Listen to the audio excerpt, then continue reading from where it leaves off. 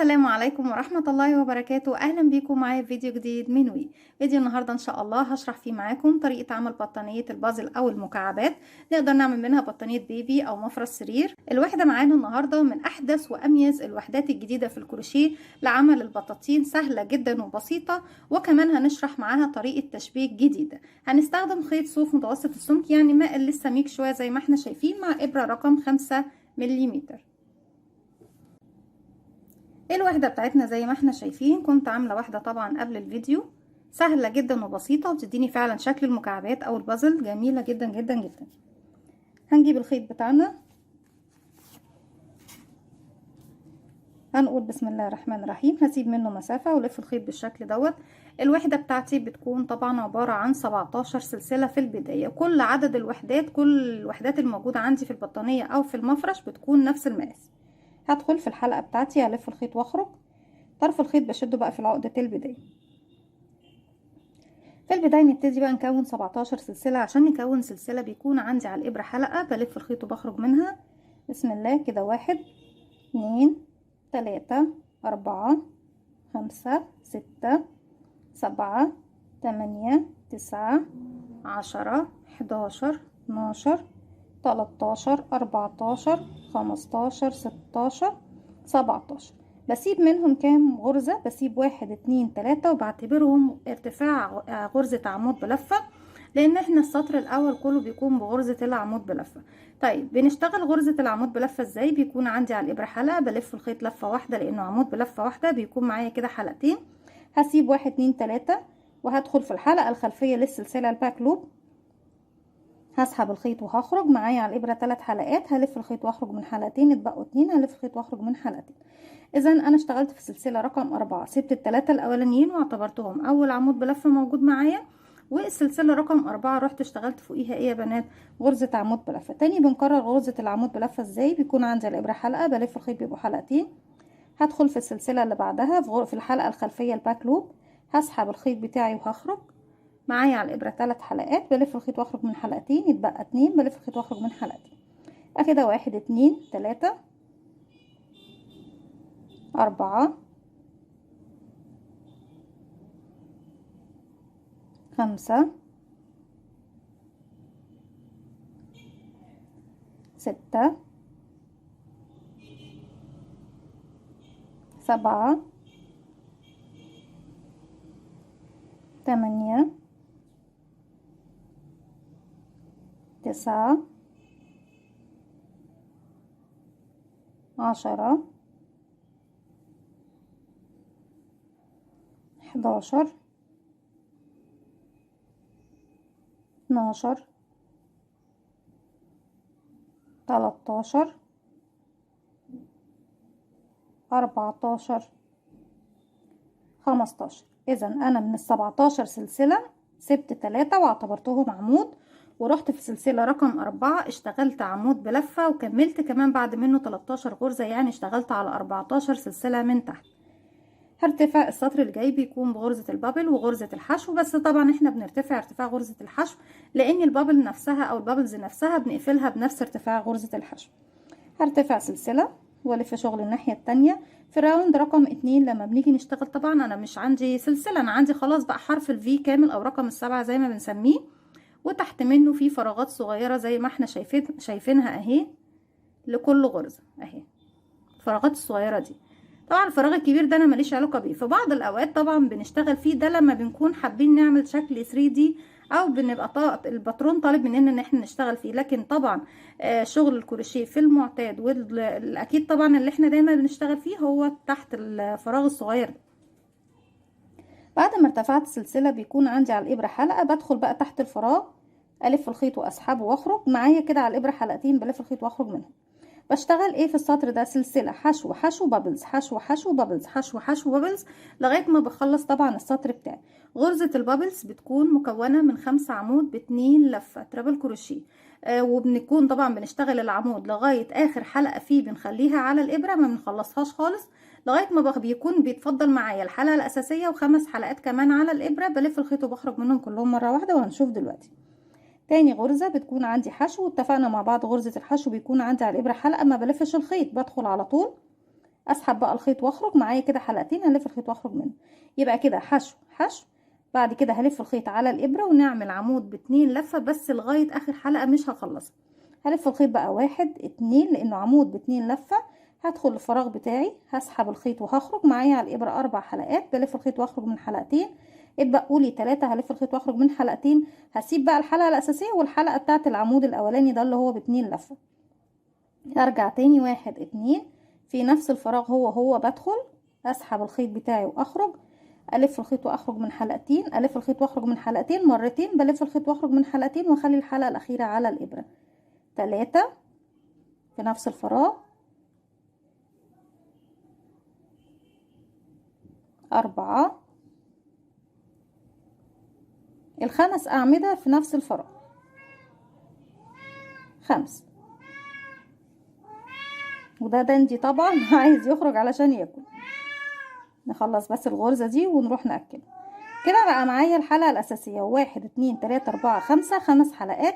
بلف الخيط واخرج منهم كلهم مع بعض، واروح بقى للغرزتين اللي جايين بشتغل فيهم غرز حشو. ودي اول واحده اهي، انا من فوق ما خدش اي حاجه خالص، انا خرجت بس من الحلقات.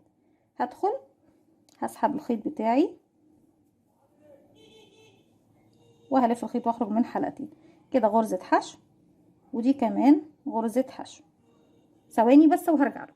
رجعت لكم تاني بعد ما خلصنا 2 حشو. هرجع تاني اعمل غرزه بابلز 1 2، ادخل الف الخيط واخرج، الف الخيط واخرج من حلقتين، الف الخيط واخرج من حلقتين، وارجع لفتين وادخل في نفس الفراغ، الف الخيط واسحب، الف الخيط واخرج من حلقتين، الف الخيط واخرج من حلقتين. كده ده رقم 2. 3 في نفس الفراغ هو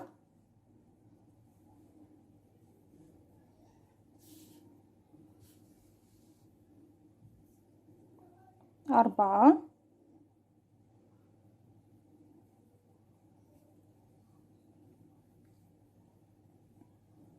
5.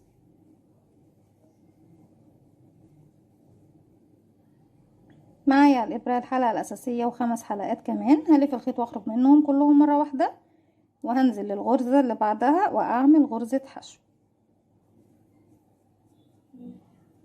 كده حشو، واللي بعدها كمان حشو.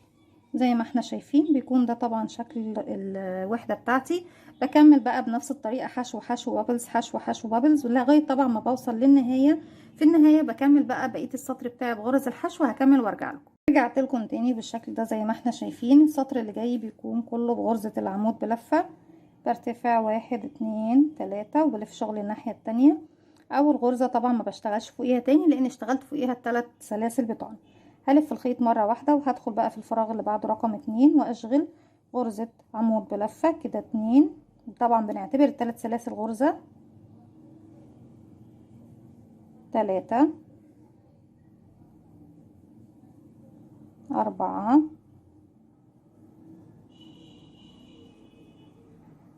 5، 6،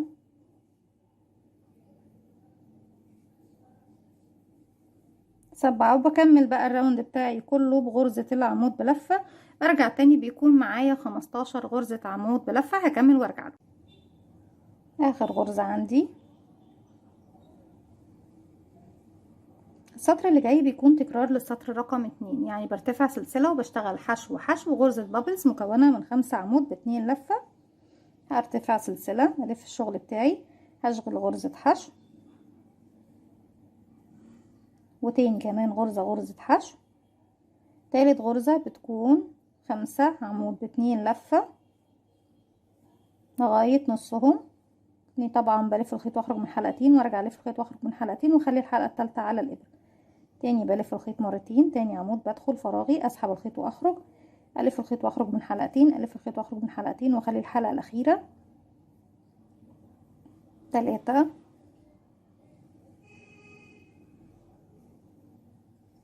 4، 5.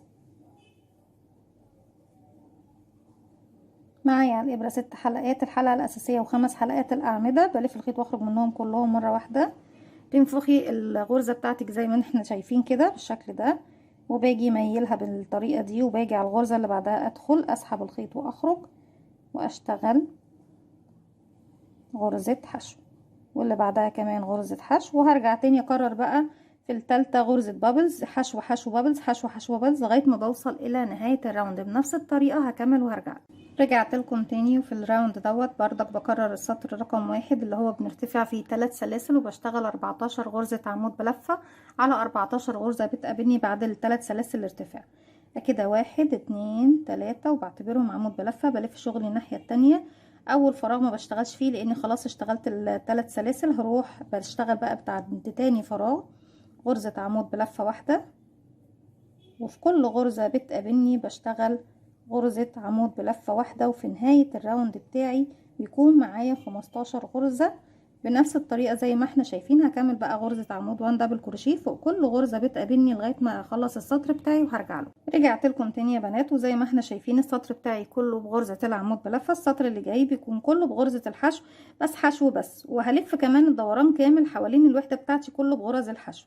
هرتفع سلسلة وهلف شغل الناحية التانية، بدخل تحت كل فراغ اشتغل غرزة حشو واحدة لغاية طبعا ما بوصل لنهاية الراوند، وببتدي بقى الف حوالين الوحدة بتاعتي كله بغرزة الحشو زي ما احنا شايفين.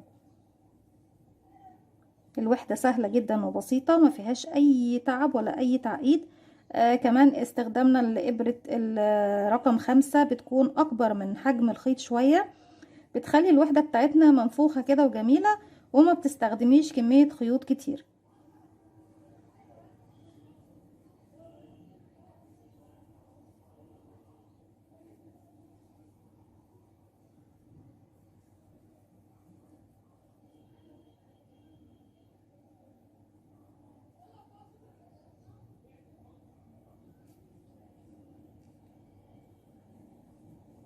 كده خلصنا السطر بتاعنا. هيقابلني بقى السلاسل بتاعتي دي، احنا قفلنا طبعا في اول سلسلة، عندي هنا كمان سلسلة وبعدها كمان سلسلة، بعد كده المكان ده هيقابلني هنا رأس الغرزة، وعلى السلاسل في كل سلسلة بشتغل غرزة حشو،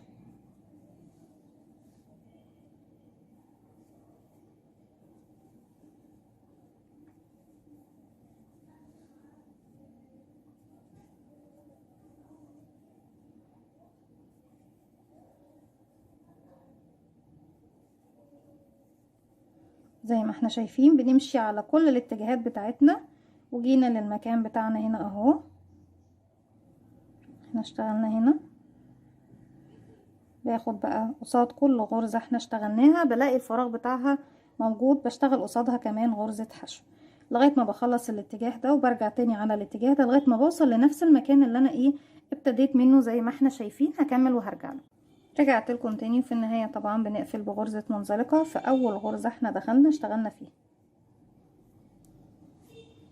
وببتدي طبعا اسيب مسافة من الخيط واقص الخيط بتاعي. طيب الوحدات كلها بتكون مقاس واحد. احنا طبعا لما بنيجي نشبك الوحدات مع بعضها، اتفقت معاكم في بداية الفيديو ان احنا هنشرح طريقة تشبيك جديدة وسهلة جدا وبسيطة. لما هتيجي تشبكي انت طبعا بتعملي الوحدات بمجموعة مختلفة من الالوان، اكيد بطانية البيبي او حتى لو حابة تعملي مفرش سرير من مجموعة الوان معينة هتعملي كل الوحدات بتاعتك، وفي النهاية بتبتدي تشبكي.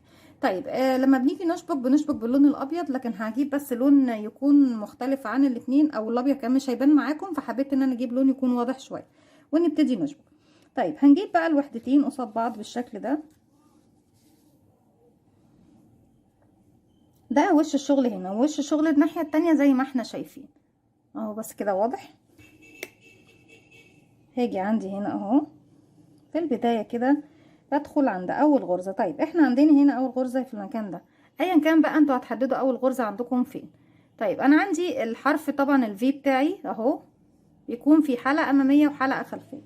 انا هدخل في الحلقه اللي بتكون قصاد الحلقه التانية بالظبط من الوحده بتاعتي، يعني هدخل في الحلقه الخلفيه في الباك لوب من السلسله دي. هقفل دي عقده بدايه وهسحبها من تحت هنا.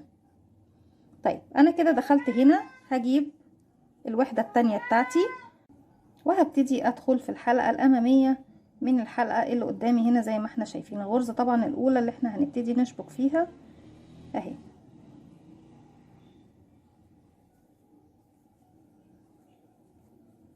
وهلف الخيط واخرج من الحلقتين. بدخل، ناخد بالنا بقى من الطريقه، انا مجرد كده بس شبكت ايه الحلقات بتاعتي. هدخل في الباك لوب الحلقه الخلفيه، بصوا الاماميه انا سايباها هنا، بدخل في الحلقه الخلفيه اسحب الخيط واخرج واخلي الحلقه معايا على الابره. الحلقه اللي وراها بدخل في الحلقه الاماميه الفرونت لوب، الف الخيط واخرج واخلي الحلقه معايا على الابره. كده بقى معايا ايه يا بنات؟ معايا 3 حلقات هلف الخيط واخرج منهم هما ال3 مع بعض. تاني بكرر، معايا حلقه، عندي هنا حلقتين اماميه وخلفيه، بدخل في الباك لوب الخلفيه الف الخيط واخرج واخلي الحلقه على الابره، والناحيه التانية بدخل في الاماميه، يعني الاتنين الملاصقين لبعض دي ودي. هدخل في الاماميه الف الخيط واخرج، معايا 3 حلقات هلف الخيط واخرج منهم هما ال3. كاني كده بشتغل غرزه حشو هنا وغرزه حشو هنا في نفس الوقت زي ما احنا شايفين، وبطريقه تشبيك جديده وحديثه وجميله جدا. تاني بدخل في الحلقه الخلفيه من هنا الف الخيط واخرج، ادخل في الحلقه الاماميه الناحيه التانية الف الخيط واخرج، في كل الحلقه هل منهم بلف الخيط وبخرج يا بنات. بيكون معايا الحلقه الاساسيه واللفه اللي لفتها هنا واللفه اللي لفتها من الخلف، الف الخيط واخرج من ال3 حلقات وبكمل. طريقه سهله جدا وبسيطه.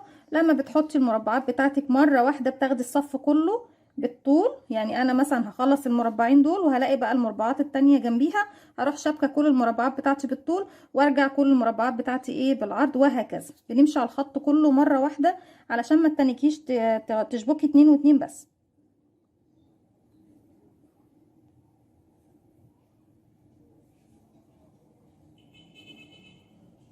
حلقه خلفيه والف الخيط واخرج، حلقه اماميه والف الخيط واخرج، معانا 3 حلقات نلف الخيط ونخرج منهم، وهكذا لحد طبعا ما بوصل الى نهايه الراوند بتاعي. زي ما قلت لكم احنا طبعا ما بنشبكش باللون الاورنج، بس حبيت يكون لون واضح بالنسبه لكم.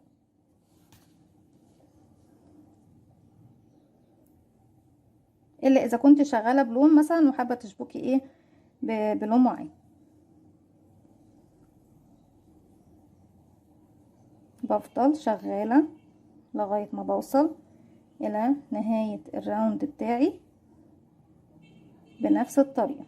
زي ما احنا شفنا الوحده سهله، طريقه التشبيك بتاعتها مفيش اسهل منها. نلف الخيط ونخرج عشان ما نتلخبطش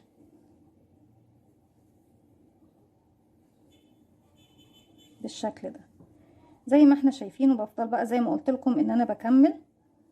بصوا بقى طريقه التشبيك الجديده مديانا شكل حلو ازاي. بتكون دي طبعا وحدات البابلز، وبتعملي بقى مجموعه الوان، وما بتيجي بتشبكي بالابيض او بالاسود او باي لون طبعا انت حباه زي ما انت شايفه. وحده جميله جدا، يعني زي ما قلت لكم بنشبك بقى بالطول كله، وبعد كده برجع اشبك الخط ده كله بعد ما بشبك كل وحداتي. زي ما احنا شايفين طريقه الوحده نفسها قد ايه سهله. طريقه التشبيك كانك بتشغلي من هنا حشو ومن هنا حشو زي ما احنا شايفين، وبيكون في شكل بارز بسيط كده جميل جدا بيجمع ما بين الغرزتين او ما بين الوحدتين. اتمنى ان الوحده بتاعتي او المفرش بتاعي او البطانيه بتاعتي النهارده تكون سهله وبسيطه وتنول اعجابكم. ما تنسوش لو عجبكم الفيديو تعملوا لي لايك وشير وسبسكرايب، واستنوني في فيديو جديد من وفعلوا زرار الجرس عشان يوصلكم مني كل جديد. السلام عليكم ورحمه الله وبركاته.